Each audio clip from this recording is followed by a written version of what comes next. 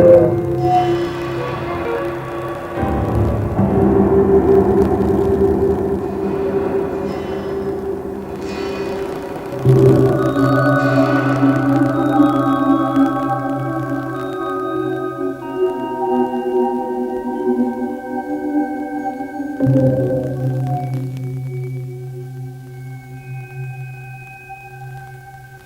at Tijuca Bar de Tijuca in Brazil, Ed Keffel took a remarkable set of pictures on 7 May 1952. Ed Kessel and Joe Martins, reporters from O Globo, a newspaper in Rio, had been sent to Tijuca Bar to photograph a groundbreaking ceremony for a new building or something. It was a political thing.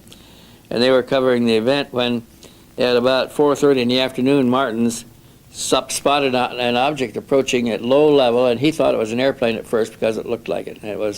But it was too low. It was just a little above the wave tops when they saw it, and they stopped talking and stood looking at it, and they remarked on how low the airplane was, and Martin says, no, that's not an airplane, it's something else, get your camera ready. And so Joe readied his camera and started shooting pictures, and he shot a series as it approached, passed over a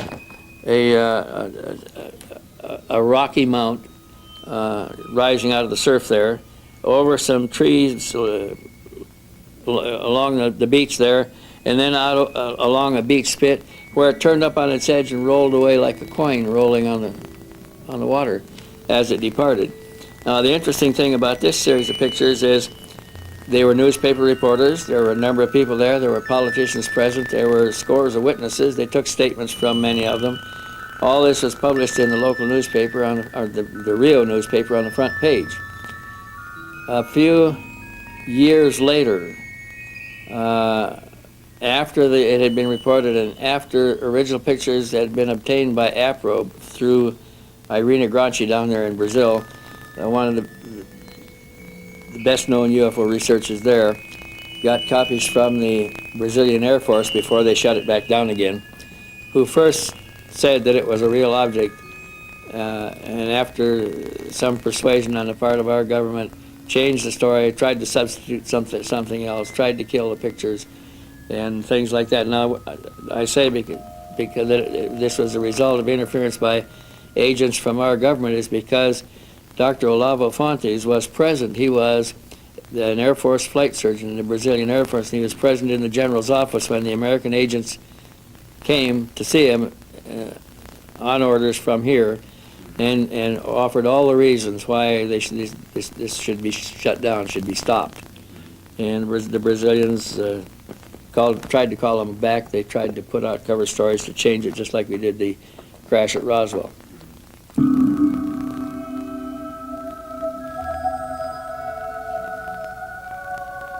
Now here's an interesting set taken at Lake Chauvet near Clermont-Ferrand in France on the 18th of July in 1950. Now we're still in 1952, you see.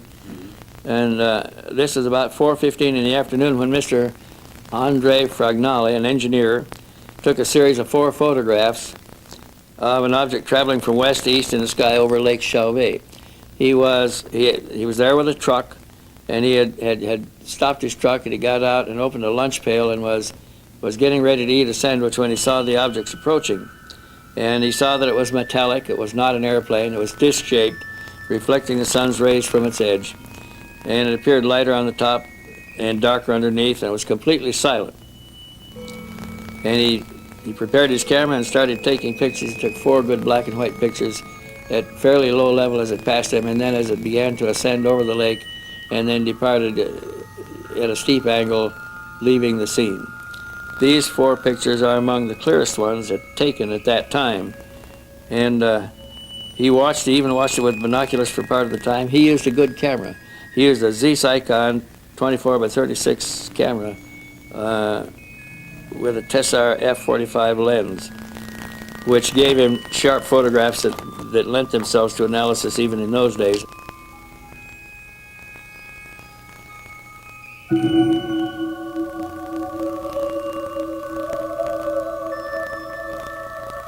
Another object or a photo of interest came to attention in 1952, also 19th of July. No, we're still in 52. This is early in the thing here, at Puerto Maldonado on the border between Peru and Brazil.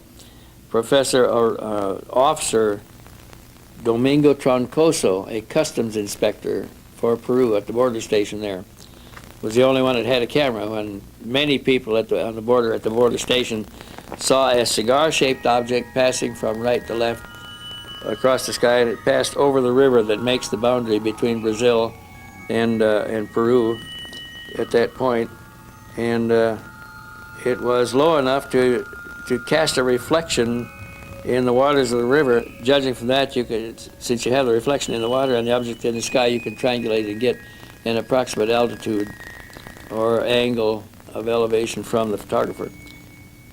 So he took the one picture as it moved along. It was moving from right to left rather slowly, about the speed of an airplane flying, and trailing what looked like a trail of thick white smoke from the back of it. When that trail of residue settled to the ground, it turned out to be a mass of thin, fibery threads, like spider webs or flax. Today we call the same phenomena angel hair, from the angel hair you put around the bottom of a Christmas tree. And when this material has been analyzed, it has a composition something like that. It's made of boron, silicon, aluminum, and a number of other things that are present in the air that seem to be polymerized by some natural process in the either around or in the wake or in the exhaust of whatever propulsion device is using. It's a natural polymerization process that produces these fibers that are really strange fibers too, because there's been a number of them, because they're tough, have good tensile strength. If you use inert instruments to pull them apart, if you touch them with your fingers, they turn to jelly, and they break up easily. In fact, they'll collapse of their own weight. If you put some in the palm of your hand, it just, in time, from the heat of the palm of the hand, melts down into a jelly-like mass and then turns green and then evaporates away. But this stuff has come down all over the country in the wake of UFOs, even to the extent of falling inches deep in the wake of a UFO over an area that covers 15 or 20 city blocks. A case like that happened in Bakersfield, California. There was a case in England where a fall of angel hair covered the streets and sidewalks and roofs of a town 4 inches deep, the whole town.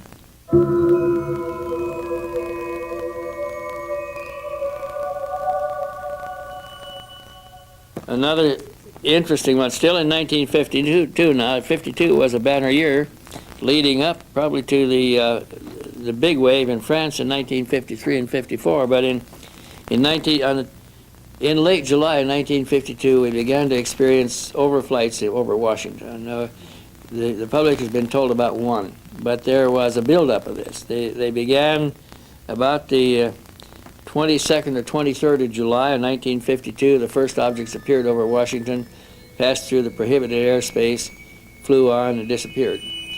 Then, on the 27th of July, a flock of them appeared over Washington at night, like a half a dozen or more, that moved through the prohibited airspace in formation. They turned the searchlights on, they sent interceptors up, and the objects successfully eluded all attempts to get them on gun camera film. Then on the night of the 29th of July, we had a score of them appear over the Capitol, and they watched them on radar. They chased them with relays of fighters. Interceptors called up one after another. They ordered one F-102 to ram one if he could, and he put it in afterburner and tried to ram one that was in front of him, and it just flew circles around him as he was flying an afterburner past him, just circled him at the fastest he could go. So there was a lot of activity going on there. And on that afternoon of the 29th of July, at about 4:30 in the afternoon at Passaic, New Jersey, just above Washington, Mr. George Stock and his old father were standing out in front of Stock's yard, his house there, where he repaired lawnmowers, and they spotted a strange aircraft approaching low over the trees in the distance to the east, I guess it was. And they watched it for a minute. They could see that it wasn't not an airplane, that it wasn't a balloon, it wasn't a helicopter, it wasn't anything identifiable. And George told his father, keep an eye on it, I'm going to go get the camera. And his dad stayed out there in the front there to keep an eye on it. And George came out in time to start taking pictures. And he snapped the first picture. I was still on its approach towards his house there. And then he rolled the film as it passed over their heads and started passing along the ridge line of their house. They could just see it above the ridge line. He got a second picture as it neared the ridge line, another one as it was near the far end of the roof line of the house, then one where it's out over the backyard passing away, and another one where it's moving farther away, and one more picture. They got a total of 6 pictures. Now they got him in the camera, and it was clearly nothing mundane. It was so low they could have thrown something, a rock, and hit it as it passed over him. So they discussed this, and by now a neighbor had joined them also, and they decided to take the camera and the roll of film to the local newspaper and tell them the story. So they took it to the Morning Call there. And the Morning Call newspaper photo lab took the film out of the camera, processed the film, made the prints, and printed the pictures on the front page of the Passaic Morning Call. By evening of the day they appeared in the newspaper, a man came to Stock's house identifying himself as a CIA agent, which is strange because the CIA is not supposed to be operating in the domestic borders of the United States. The CIA jurisdiction is beyond the national borders, and the FBI has a jurisdiction inside the national borders. But we find the CIA meddling all over the place here, and I don't know how they get away with it or why they do it. But anyway, the man identified himself as a CIA officer, demanded the pictures. George refused to give them up, and finally, after some negotiation, the man agreed to settle for the negatives. He'd let George keep the pictures, and he wanted to have them take them someplace and have them tested, which George agreed to after the man provided a signed, written receipt for the documents with an address and a telephone number that checked at the time. And he carried them away, and then when George tried to get them back, he tried repeatedly to get his negatives back, and there was always an excuse why they couldn't return them. This went on for 3 months. Finally, he got angry and got an attorney who was going to file a lawsuit against the office, and they returned 5 of the 6 negatives as copy prints, but they never returned the 6th one. And George has never been able to get it back. He now has passed on. The pictures went into the hands of August Roberts, who also has passed on, and now they're in my possession. But we've never found the 6th picture. I think, whichever explanation we use is going to be a theory. Yeah. And theory is always different from reality. I mean, we can probably create, more than one theory about the phenomenon. But I think the least useful approach is to try to deal with this phenomenon in the context of Cartesian Newtonian materialistic science, because there we have just the alternative. I mean, this is either a spaceship, a hardware, from another galaxy, or it is hallucination. It is a phenomenon, that suggests mental disease in the people who have seen it, or fraud or something in that category. And I think it's not difficult to realize that that's a fundamentally wrong approach. I mean, let's say if it were a spaceship, if it were really advanced technology, we know enough about the solar system. We know they will not be coming from the planets of the solar system. So the next possibility, is those are worlds that are light years away. So they would have to be using technology that we can't even imagine at this point. They would have to be either supraluminal speeds, I mean faster than light, or interdimensional. We have concepts like hyperspace, sort of technology that would be able to step out of this time-space continuum into hyperspace and then re-enter somewhere else. So if we would be dealing with this kind of technology, we couldn't ourselves distinguish those phenomena from hallucinations. I mean, You know, this would be like bringing a helicopter and color television to the pygmies, or something like that. So that's not a very useful way of thinking about it. Dr. Richard Haynes is a physiological psychologist who has conducted numerous research and development projects for NASA Ames Research Center in San Jose, California. One such project was the design of the Proximity Operations Research Mock-up, a spacecraft docking simulator, which will eventually assist Space Station Freedom astronauts in the docking of visiting spacecraft. Dr. Haynes' interest in the UFO phenomenon began some 30 years ago. Since then, he has published several books on the subject, most recently, Project Delta, a study of multiple UFO sightings. I first got interested in the UFO subject back in the 60s when I was doing some research on rendezvous and docking for our space program. And I had a laboratory back then that would allow me to simulate the way objects look to the astronauts when they're in outer space. And so I began to discover rather quickly that under the right lighting conditions, I could fool ask the person to look at a target situation with a black background and very bright front illumination like we have in orbit. And the person was totally unable to describe what they were seeing.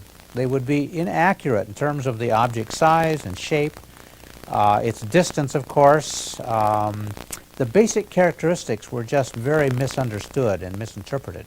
And so this led me to think that, well, I could explain UFOs.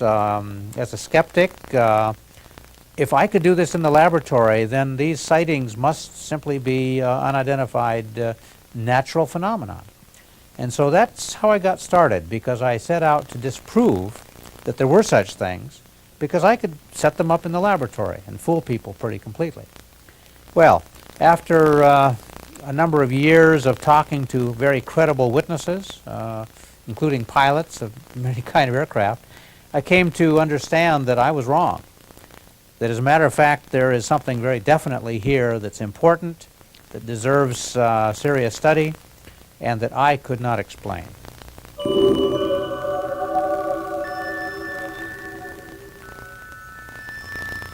I've been asked a number of times how I go about analyzing a photograph of an anomalous phenomenon. Let's call it a UFO. Well, that's a good question, and it's a complex question with many levels of answers. And to make it simple, let me suggest that no single photograph that is unexplained is sufficient in itself to prove anything. And so what I like to do is take a look at the entire context in which a photograph finds itself. What do I mean by that? First of all, there's the photographer. And the photographer plays a very central role, not only in taking the photograph, but in presenting the photograph to someone else. Perhaps in providing the context information surrounding the photograph.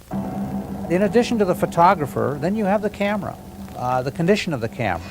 Was it malfunctioning? How current is it in terms of its ability to take automatic exposures rather than manual exposures? You have the film that's in the camera. Is that film state-of-the-art? Was it properly chosen for the conditions, let's say the nighttime sky? This says something about not only the film and the camera, but the cameraman's ability to use proper judgment. In addition, you have the development of the film. Who did the developing? What safeguards were taken to prevent double exposures in the development process? Assuming now that the camera did not malfunction, and assuming the cameraman was not trying to carry out a hoax, and so forth. In addition to that, then you have now the developed negative. What about the processing, the enlargements, for instance?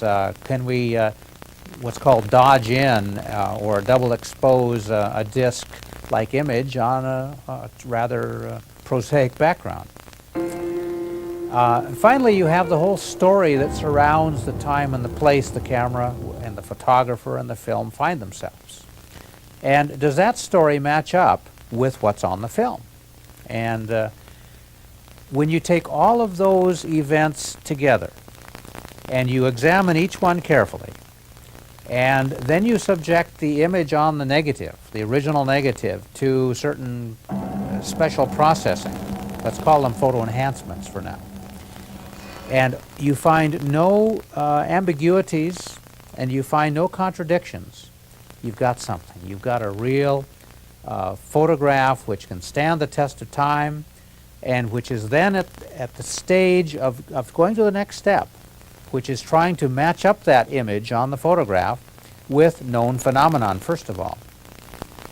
After you have exhausted all known phenomenon, only then do you progress to unknown or hypothetical phenomenon, postulated phenomenon, such as UFO, such as extraterrestrial craft, for instance. But I don't advocate doing that until I have exhausted all prosaic explanations.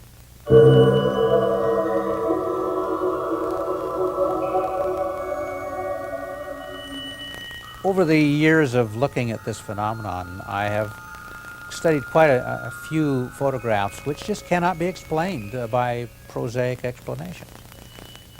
And the reason why they can't be explained so readily is, again, where they were taken and when they were taken and the conditions under which they were taken.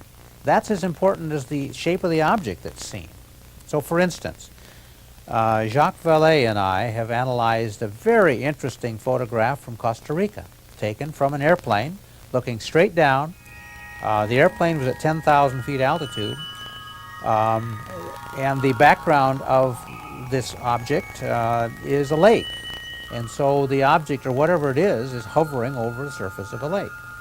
And by knowing the optics of the camera, the focal length, and so forth, we know the angular width of the object. We know its absolute distance. It can't be more than 10,000 feet. So we were able to calculate the size of this object. And what we find, based upon our analyses, is, I think, clearly a three-dimensional object, not a flat or two-plane object, with some very interesting symmetry in the surface structure, or the surface reflections, let's call it.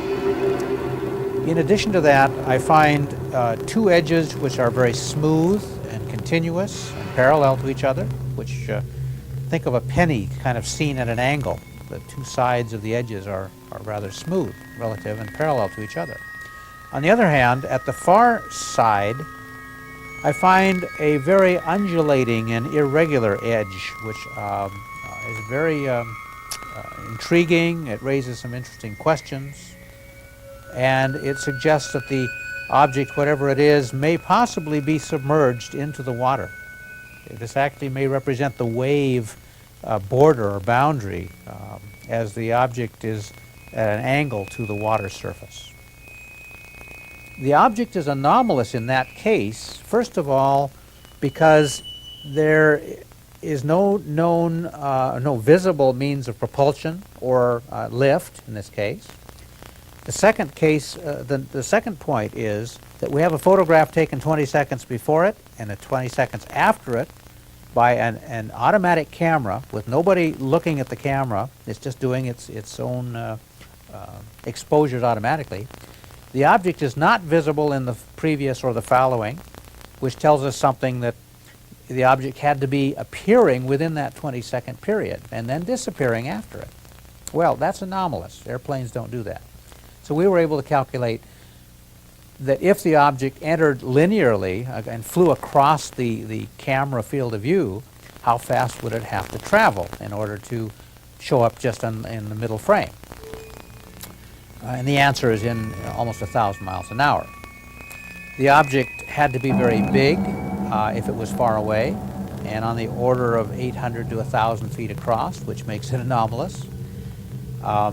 Another explanation would be that it's a smaller object closer to the airplane. Nobody on board the airplane saw this. It was about 5 men on board the airplane doing a routine mapping. Well, that's just one example of a disc-shaped, three-dimensional object reflecting sunlight realistically under following the laws of optics, reflection, let's say, where the object just cannot be explained as an airplane or a kite or a frisbee, or some model of some sort, or a balloon, or, many ors. And after exploring all these options and doing the analysis, we're left with a UFO, an unidentified flying object.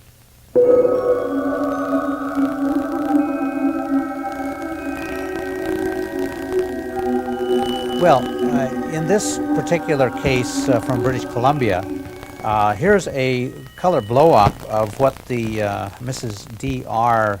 obtained with her Mamiya camera. And it was a beautiful morning, a clear day with a few clouds in the sky, and she was taking a picture of this mountaintop right here in order to prove to her husband that she could take a good quality photograph. He'd been kidding her about this. She did not notice, nor did anyone else, a very interesting shaped object up here in the sky until she got the film back from the processor. I found out from a geometric analysis that the tip of the mountaintop was very, very close to the optical center of the frame, which would back up the photographer's statement that she was taking a picture of the mountain. I think that if she had seen the UFO and in fact was trying to perpetrate a hoax, she would have centered the object more in the center of the field. I have another drawing here which is a reconstruction of the object as seen from the side, showing elevation angles and sun angles and so forth. And this analysis matches very nicely the locations of the solar reflections off the surface of the body of the craft or whatever it is. And finally, we have the certified land survey that we did at site. The mountaintop was 7,580 feet from the viewing location, with an elevation above the local horizon of a little over 24 degrees. These are all, I think, important points to be made when analyzing this particular case. Finally, I have an enlarged digital enhancement of the object showing rather large pixel groupings, and we can see the reflection off of a protrusion on the top of the object, as well as a bright solar reflection off of the front edge of the object as well. I've spent a good deal of time looking at this case, and it is fascinating for what the object could be. We know what it's not. It deserves a lot of serious study by qualified people. The negative's available if anybody wants to do more work on it. Here's a good example where we have a couple who has no particular motives for hoaxing this sort of thing, have not made any money off of it, and yet they're willing to share the negative for further analysis.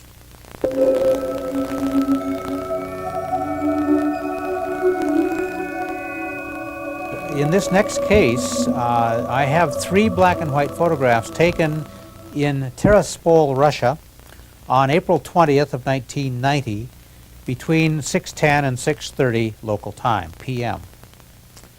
3 teenage boys this is a Moldavian republic of the SSR at that time. 3 teenage boys were out skateboarding, and it was about time to go home for dinner. One of them had a camera with him, a Zenit Model E with black and white ASA 250 film, speed film in it, and a very interesting dome object shows up in the sky. The sky is fairly foggy and diffuse, and I received this case from an investigator in Tiraspol who asked me to analyze it. Well, he provided a drawing that I have here showing the estimated flight path of the object as seen from above, and then we see each of the 3 photographs enlarged of the object. The object appears to be the same object in terms of its length-width ratio and other characteristics. It's a very interesting case which again proves that UFOs are being photographed in foreign countries, and there's a lot of evidence from around the world actually on this subject.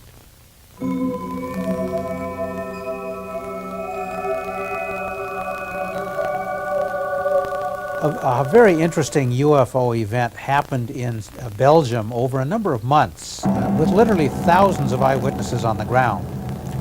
This case involved photographs, it involved radar, it involved military jet intercepts, and a highly credible analysis, photographic analysis of a 35 millimeter photograph that was taken from the ground, a nighttime shot, of what appears to be a triangular airform with very bright lights, one at each corner of the triangle, and then a orange-red light pretty much at the center of the object as well.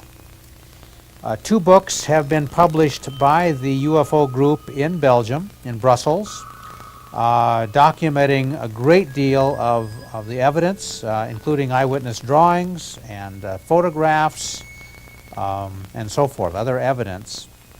This object was tracked at very high speed by the official military authorities, the Air Force. As a matter of fact, one of the leading Air Force officers at the time acknowledged that he could not explain what this phenomenon was. It remains unidentified. To me, one of the fascinating and valuable aspects of this Belgian case from 1989 was that when the private investigators, the UFO investigators in Brussels, went to the military officials, the officials were ready and willing and able to cooperate. And if we can find this level of cooperation in Belgium, we should be able to find this level of cooperation in America. So once again, we have a foreign case, highly credible witnesses, photographic evidence, radar evidence, visual evidence, all correlating to the same space and time. I don't know what more evidence a scientist would want to take a look at. And to claim that there's no photograph, or there's no physical evidence is just, that's not true. To automatically exclude verbal testimony, as some people would like to do in this case, might be convenient to avoid looking at the evidence. On the other hand, verbal evidence is oftentimes used in courts of law to bring people to justice. And why that level of proof is not adequate in this domain, UFO studies, I don't understand, except perhaps on one basis, and that would be a simple denial mechanism. That perhaps as a culture, as a species, we are in denial about this phenomenon. Evidence, as I said earlier, of a photographic nature is not sufficient in itself. But when we take a look at this photographic evidence in combination with the narrative, with the social situation that surrounds it, with the knowledge of the camera, the film, the processing, and so forth and so on, we are in a much stronger position to say that the evidence is compelling and is suggestive. And I again urge my colleagues from many points of view, many academic disciplines, to take a look at the evidence, come to your own conclusions, rather than just accepting the conclusions of other people. The mere existence of alien spacecraft should not be considered a matter of national security. Matter of fact, at the point we're now at, it's a matter of national insecurity that the government feels it has to lie to its citizens. I'm sympathetic to the view expressed by Dr. John Mack that perhaps this phenomenon, whatever it represents, is meant to break us out of that paradigm, to make us think in other ways. I think that makes a lot of sense to me. That rings sort of true. I don't know how to proceed any other way than as a journalist would proceed, however, and that is going after the documents, trying to find witnesses. I suspect that for this thing to ever answer itself, for us to really get a firm grip on what really is going on, it'll take one of two things. One is somebody from the inside with impeccable credentials who clearly was in a position to know, who comes forward and spills the beans and can demonstrate, can show us those beans. That's number one. Or number two, the visitors themselves, wherever they're from, wherever they're here, make a demonstration of some sort. We joke about them landing on the White House lawn. Well, that would work. That would do it. land in a craft in which we could kick the tires and we can clearly see that these are beings from somewhere else. Whitley Strieber said it years ago. He said, these beings are the true architects of the secrecy. They could break this open anytime they want to. They choose not to for whatever reason. T-minus 10 seconds. 9, 8, 7. Go for main engine start. 2 main engines up and burning. 3, 2, 1, 0, and liftoff of the Space Shuttle Discovery and the Upper Atmosphere Research Satellite, opening a new era studying the Earth's environment from space. Roger, roll, Discovery. Mission Control Houston now controlling the flight of Discovery. On September 15, 1991, the Space Shuttle Discovery captured on videotape several anomalous objects moving in unusual trajectories. 4 NASA scientists were asked to look at the footage, concluding, "The objects seen are orbiter-generated debris illuminated by the sun. The flicker of light is the result of firing of the attitude thrusters on the orbiter, and the abrupt motions of the particles result from the impact of gas jets from the thrusters."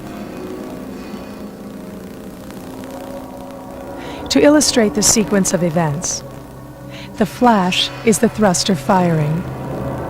The abrupt change in direction of the particles are a result of the gas jet which accelerates the debris.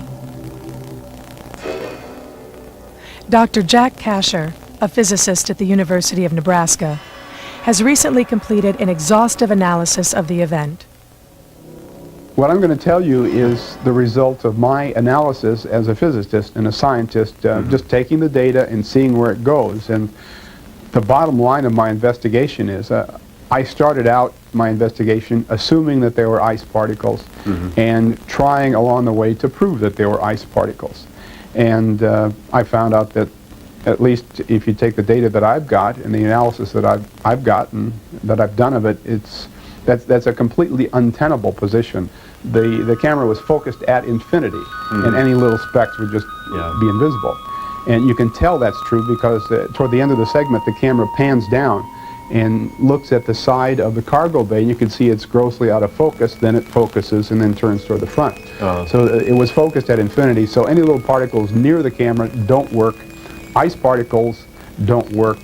And after that, there aren't many options. Meteors, absolutely not. They don't change direction. And space junk, and satellites don't change direction. There are no other options. These are objects that are clearly at times above the air glow, and so they're maneuvering, and they are in outer space. Therefore, they're spacecraft. I don't see any other interpretation that you can have. They are some kind of spacecraft.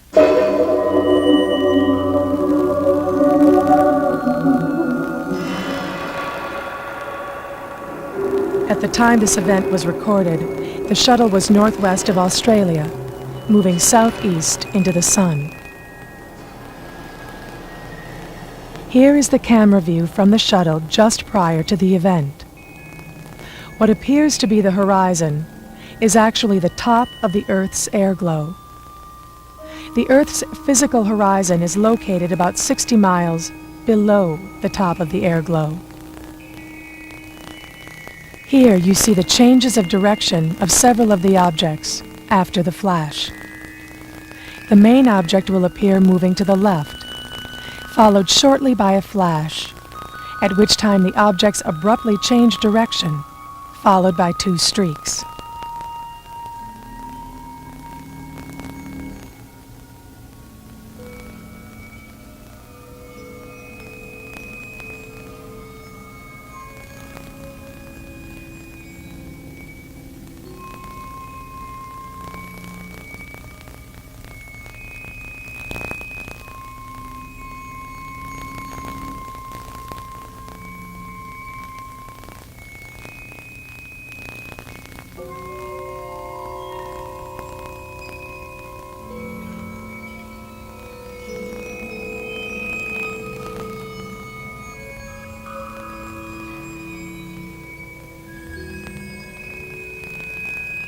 This is a close-up of the same sequence, screen right, showing several objects at the time of the flash. Note the regular pulsations of the objects, which is inconsistent with tumbling ice particles.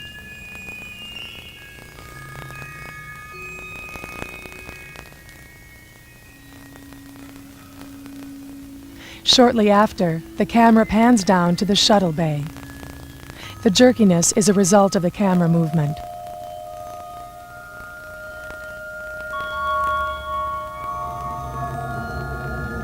Note this object, when silhouetted, appears to have the shape of a domed disc.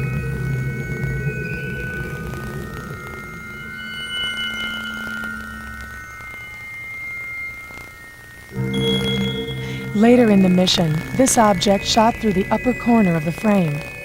Enlarged and slowed down, it also appears to be disc-shaped with a regular pulsation.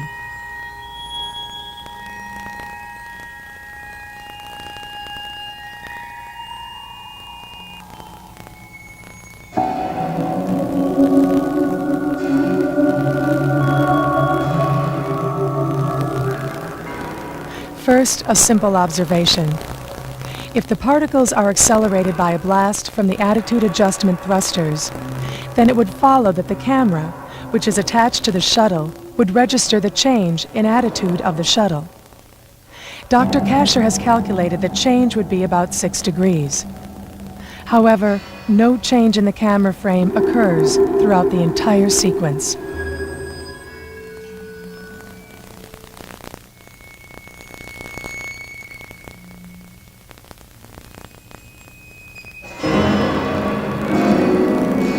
Another simple observation is if the abrupt motions of the particles result from the impact of gas jets from the thrusters, then the trajectories of the objects should trace back to the source of the acceleration on the shuttle.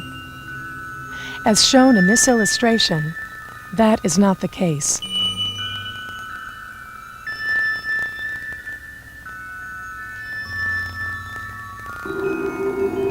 This is a graph of the main object's movement over time.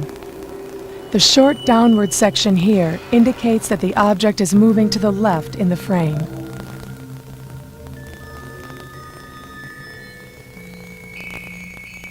The upward section indicates that the object has changed direction and is moving to the right in the frame.